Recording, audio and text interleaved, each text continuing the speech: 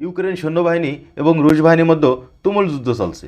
ইউক্রেনের president Volodymyr Zelensky Ukraine থেকে তাকে সরিয়ে নেওয়ার বিষয়ে ওয়াশিংটনের একটি প্রস্তাবকে প্রত্যাখ্যান করেছেন। তিনি বলেছেন, আমাকে উদ্ধারের প্রয়োজন নেই, গোলাবারুদের প্রয়োজন। তিনি আজ সকালে একটি ভিডিও পোস্ট করেন। এই পোস্টে বলেন, Всім доброго ранку, українці.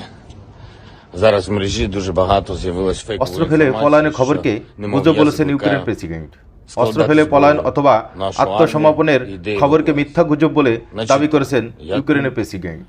ніякої зброї ইউক্রেন ми не প্রেসিডেন্ট складемо, আরও বলেন, তাকে будемо ক্ষমতাচ্যুত захищати করার нашу державу, রুশ পরিকল্পনার тому що বানচাল наша হয়েছে। зброя – це наша তিনি বলেন, правда, наша রাজধানী правда, কিয়েভ в тому, ও що це অন্যান্য наша গুরুত্বপূর্ণ земля, শহরগুলো наша এখনও তার країна, বাহিনীর নিয়ন্ত্রণে। наші діти і ми প্রেসিডেন্ট আরও বলেন, তার বাহিনী রাশিয়া সৈন্যদের বিরুদ্ধে যুদ্ধ চালিয়ে যাবে। ইউক্রেন সেনাবাহিনী আত্মসমর্পণ করবে না। কিয়েভের পথে পথে চলছে তুমুল লড়াই এবং লড়াই শেষ পর্যন্ত পরিণতি কী হয় জানা যাচ্ছে না। তবে দুই পক্ষের মধ্যে একটা বৈঠক হওয়ার সম্ভাবনা আছে। পরবর্তীতে আপনাদের আমি জানিয়ে দেব। Слава Україні!